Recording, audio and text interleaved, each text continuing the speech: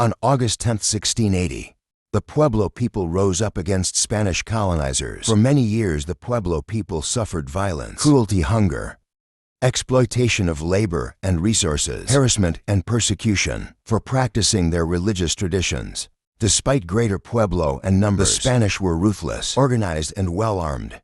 The Spanish possessed firearms and steel weapons superior to anything the Pueblones could muster. At one point, Pueblo leaders realized negotiations with the Spaniards was useless, and they would perish if they don't rise up.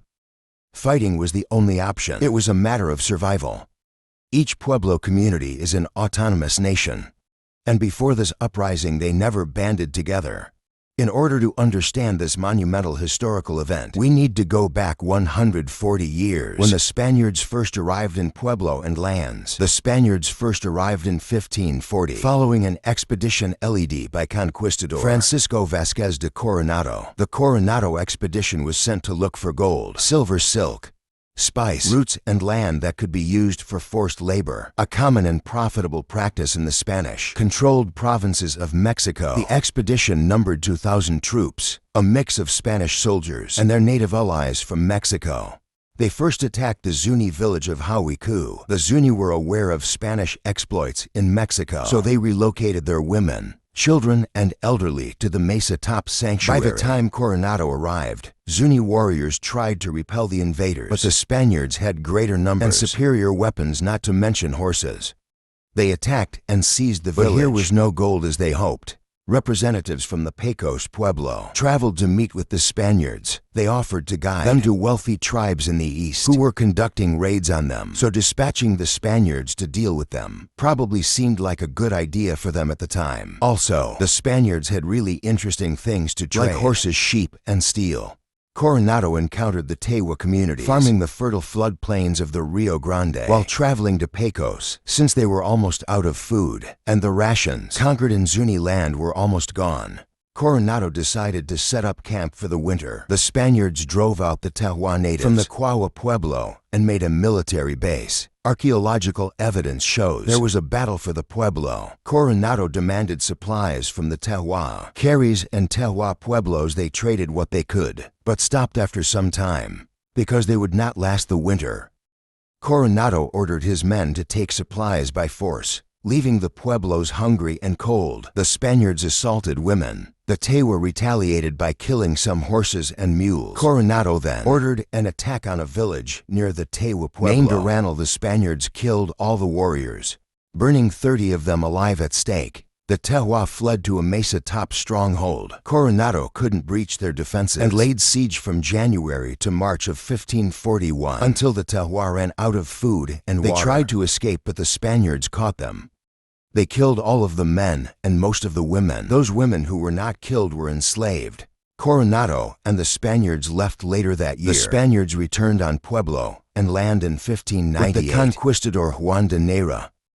Nera divided the territory into 7 provinces, dispatching priests to each one. The process involved converting native people to Christianity, taxing them and exploiting them for labor and land. Only a few priests tolerated religious practices of the Pueblones. The majority would accuse them of heresy, destroy kivas, the sacred Pueblo chambers, used for social and spiritual ceremonies, and a place of worship, forbid ceremonial practices, and destroy sacred objects. Spanish demands of tribute and labor put them in a difficult position, since they already struggled to survive the winter months. In response to this tyranny, the Pueblos frequently rebelled against their oppressors. The uprisings usually involved a handful of Pueblos with insufficient warriors and weapons to be successful. The Spanish authorities often discovered and ruthlessly crushed rebellions before they could organize effectively. They killed the dissidents or sold them as slaves. In 1598, the Acoma Pueblo refused to pay tribute to the Spaniards. The Acoma leader, Zutapapa, knew the Spaniards would attack them. Knowing how the Spaniards treated those who opposed them, he sent for negotiations. When the two sides met, 17 Spaniards came and demanded food. The natives declined again. Then the Spaniards started assaulting Acoma women. A fight ensued, leaving 12 Spaniards dead. When word got back to the Spaniards, on Oñat's orders, 70 soldiers departed to attack the Acoma Pueblo. They arrived in January of 1599. Out of the estimated 6,000 people living in or around Acoma Pueblo, at least 2,000 were warriors. After 3 days of battle, the Spaniards stormed the village after using a cannon. 500 warriors died in battle, along with about 300 women and children. The Spaniards captured approximately 500 people, sentencing every male over the age of 25 to have their right foot cut off and to be enslaved for 20 years. Additionally, they ordered all males between the ages of 12 to 25 and all females over the age of 12 to be enslaved for 20 years. 60 of the youngest women were enslaved and sent to Mexico City. They also arrested Tehopi men and cut off one of their hands before releasing them to provide a warning to other pueblos about the cost of defying Spanish rule. When Spanish King Philip heard the news of the massacre and the punishments on it, was banished from New Mexico for his cruelty to the natives and later returned to Spain. Oñuri's actions in Acoma were traumatizing and shocking to other pueblos. Despite cultural and linguistic differences, the pueblos and tribes in the region were not strangers to one another, and such news traveled fast. Moving into the new century, basically nothing changed. Catholic missionaries attempted to eradicate the ancestral Pueblo world in every aspect. The priest dictated what people could believe and how they could marry, work, live their lives, and pray. The governor of New Mexico, Bernardo López de Mendizabal, who served for a year between 1659 and 1660, attempted to lower the power of the priests, prohibiting them from forcing the native population to work for free and acknowledging the right of the Pueblo people to worship according to their traditions, including performing the sacred dances. The Spanish Inquisition convicted him of heresy and condemned him on 33 counts of malfeasance. In the practice of Judaism, the priests resumed their policy of religious intolerance. In 1607, the governor of the province established the town of Santa Fe, later designated as capital of the region. In the 1660s and 1670s, and unusually high temperatures made life increasingly difficult. All of the native people, from the Pueblones to the Apache, Navajo, and Comanche, were starving. This led to other tribes raiding the Pueblos. When the raiders didn't find food, they would kidnap people and sell them into slavery for food. Even when there was food, the Spaniards would take it, leaving the Pueblones starving. With the Spanish tyrannical rule from one side and other tribes raiding them from the other, the Pueblones found themselves in a very tough situation. The Pueblos attributed their hardships and the prolonged drought on the disruption of their religious practices. With a population estimated to be between 40,000 and 80,000 in the mid-1500s, they were now reduced to an estimated 15,000 by the late 1600s, primarily due to the impact of violence, forced labor, European diseases, and famine. In 1675, Governor Juan Francisco Trevino ordered the arrest of 47 Pueblo medicine men. He accused them of plotting a rebellion. 4 of them were sentenced to death, with 3 being hanged and the 4th taking his own life. The others were publicly whipped and sentenced to slavery. The Pueblones then surrounded the governor's office in Santa Fe with 70 warriors, demanding the release of their medicine man. Governor Trevino conceded, since the majority of his forces were far out fighting Apaches. He didn't want to risk another conflict because the Apaches and the Navajo were becoming increasingly aggressive, putting a strain on his limited military resources. One of those released medicine men was Pop, a Tewa medicine man from the San Juan Pueblo. Little is known about Pope prior to his arrest. It's estimated that he was born around 1630, which means he witnessed an age of enormous suffering and hardship. Pope was described as a fierce and dynamic individual who inspired respect, bordering on fear in those who dealt with him. After his release from prison, Pop retreated to Taos Pueblo, the northernmost and most isolated one. The residents of the Taos Pueblo had a reputation for aggressively resisting the Spaniards. Pop began to organize and plan a rebellion with a clear objective: to drive the Spaniards from ancestral Pueblo and land, eradicate their influence, and return to the traditional ways of life. He began secret negotiations with leaders from almost all of the Pueblos. For 5 years, he secretly traveled to 45 Pueblos, planning and organizing the revolt. He even murdered his son-in-law, Nicolas Boa, fearing he will alert the Spaniards. Even the Apache and Navajo, who were traditionally perceived as enemies, participated, though little is known about their level of involvement in the planning. Popeye gained the support of the northern Tewa, Toatano, and Cachirs, speaking Pueblos of the Rio Grande Valley. Pecos Pueblo 50 miles east of the Rio Grande committed, as did the Zuni and Hopi 120 and 200 miles west of the Rio Grande. The four southern Tewa towns near San Fe and the Piro Pueblos near present-day Socorro did not join the revolt. The southern Tewa and the Piro were more thoroughly assimilated with the Spanish than the other communities. Pope couldn't risk confiding in them due to concerns about their allegiance. Prior to Spanish arrival, Pueblo communities were not united. They were separated by language and culture. Now more than 100 years under occupation, they all spoke Spanish and all hated a common enemy. From his base of operations at Taos Pueblo, Pepite and his people laid out their plan and coordinated their attack. The date set for the uprising was August 11, 1680. He dispatched runners to all the pueblos. The runners gave all pueblos knotted cords. He instructed pueblo leaders to untie one knot from the cord each morning when the last knot was untied. That would be the day for them to rise, united against the Spaniards. He told each pueblo to burn the church, kill the resident priest, and kill or expel Spanish settlers. The Pueblones planned to destroy the outlying Spanish settlements and converge on Santa Fe to kill or expel the remaining Spaniards. Just before the set date, Southern Tewa leaders warned the Spaniards about the revolt. The Spaniards intercepted 2 of the runners. On August 9, 1680, they tortured them until they revealed the significance of the knotted cord. The Spanish population of about 2,400, including mixed-blood mestizos and native servants, was scattered throughout the provinces. Santa Fe was the only significant town with 170 soldiers available for defense. The leaders of the rebellion realized their plan had been compromised, so they decided to start the revolt the following day. They dispatched runners with new instructions, but the Acoma-Zuni and Hopi Pueblos didn't get the information in time. Due to the vast distance between Taos and the western Pueblos, they held on the original timeline. On August 10, 1680, Tewa and other Carson-speaking Pueblos, and even the Apaches, simultaneously rose up against the Spanish. The Zuni, Hopi, and Acoma were a day late. They stole the Spaniards' horses and sealed off roads leading to Santa Fe. In Santa Fe, Governor Otoman marshaled the city's resources to defend the capital. Pueblo warriors destroyed all of the Spanish settlements in the province by August 13th and converged on the capital. Governor Ottoman sent heavily armed relief parties to escort stranded colonists to the relative safety of Santa Fe.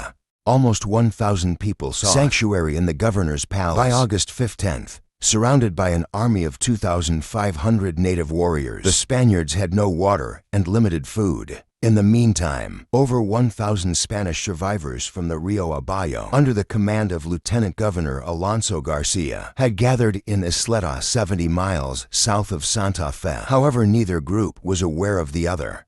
On August 21st, the Spaniards broke out of the governor's palace. They launched a costly counterattack to drive the warriors from the city, which allowed the refugees time to flee. They began the long trek south. The refugees in El Paso were also heading south. When they got word about the other survivors, they paused in Socorro, waiting for the refugees from Santa Fe to arrive, and then traveled together on September 27th to El Paso with heavy firepower on the Spanish side. Puebloan warriors tracked them the entire way, essentially following them to the border, but they didn't attack. The revolt cost 400 Spanish lives and an unknown number of Puebloans. 21 of the 33 priests were killed. However, 2,000 Spaniards survived. After the revolt, Pop became the leader of the Pueblo Alliance for a brief period of time. Pop and his 2 lieutenants, Alonso Catiti and Luis Chupitu, traveled from town to town, ordering a return to the old ways. They ordered all of the Pueblos to destroy crosses, churches, and Christian images. The Pueblos restored the kivas. They ordered the people to cleanse themselves in ritual baths, to use their Pueblo names, and to destroy all vestiges of the Christian religion and Spanish culture, including Spanish livestock and fruit trees. Pope forbade the planting of wheat and barley. He commanded those married in the Catholic Church to dismiss their wives and to take others. Based on Puebloan traditions, many of the Pueblos, not familiar to cooperative political action and accustomed to autonomy, ignored his orders. They resented his effort to rule. and he was considered a tyrant by many. Additionally, there were Pueblones who had sincerely converted to Christianity, and many had family or friends who were Spanish. The Pueblo Council deposed Pop about a year after the revolt, though he was re-elected shortly before his death in 1688. The confederation between the Pueblos fell apart after he died for 12 years. The Pueblos prevented the Spanish from returning, successfully repelling attempts in 1681 and 1687. However, the drought continued, together with crop failure and famine. Now, since there was no Spanish forces, the Pueblos were subjects of Apache, Navajo, Comanche raiding parties. In 1690, the General and Governor of New Mexico, Don Diego de Vargas, launched a military and political campaign to reclaim Pueblo and land. In August 1690, de Vargas marched to Santa Fe unopposed.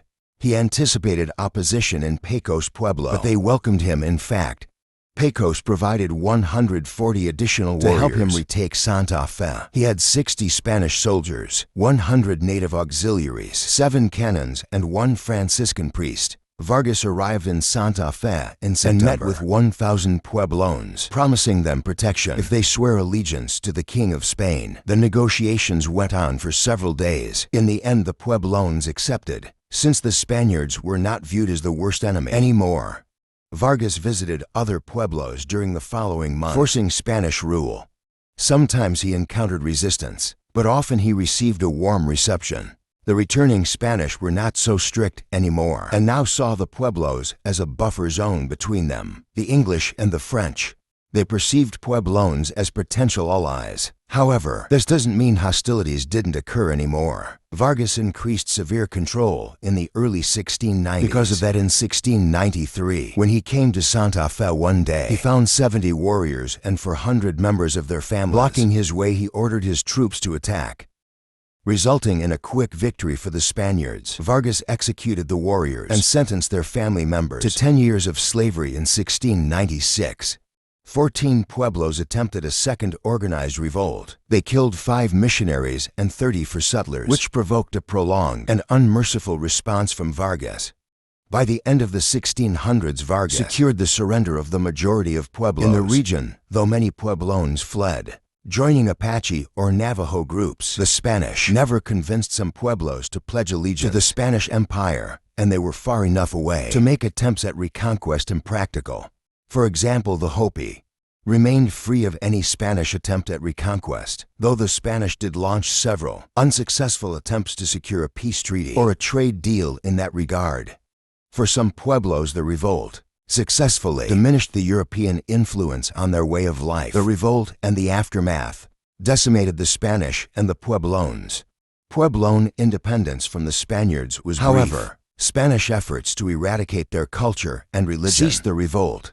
May also have increased the spread of horses onto the Great Plains. The Spanish adapted their outlook and policies, which may have spared additional atrocities. As they expanded their empire west into California, they prohibited forced labor and demands for tributes in New Mexico. Furthermore, the Spaniards issued substantial land grants to each pueblo and appointed a public defender to protect their rights and argue their legal cases in Spanish courts. The priests returning to New Mexico altered their approach, as well becoming more tolerant of Pueblo and religious expression.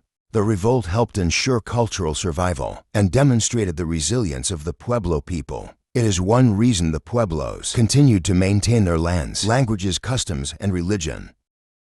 Pueblo warriors and Spanish soldiers later became allies in the fight against their common enemies, the Apache, Navajo, and Comanche.